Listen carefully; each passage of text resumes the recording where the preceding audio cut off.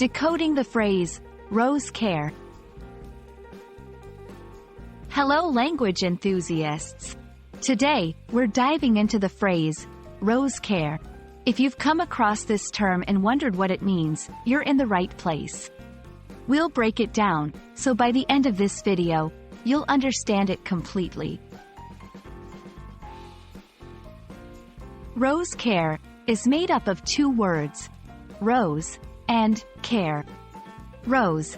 A rose is a beautiful flower known for its vibrant colors and sweet fragrance. It is often associated with love and romance. Care. This word means to look after and provide for the needs of someone or something.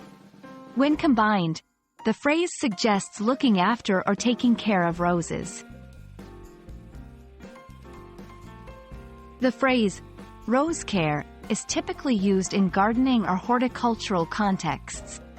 When someone says they're into rose care, they mean they are involved in the practice of nurturing and maintaining roses to ensure they grow healthily and beautifully. For instance, I've started getting into rose care recently, and my garden is looking more vibrant than ever. If you want your roses to bloom beautifully, good rose care practices are essential. Roses, while beautiful, can be quite delicate.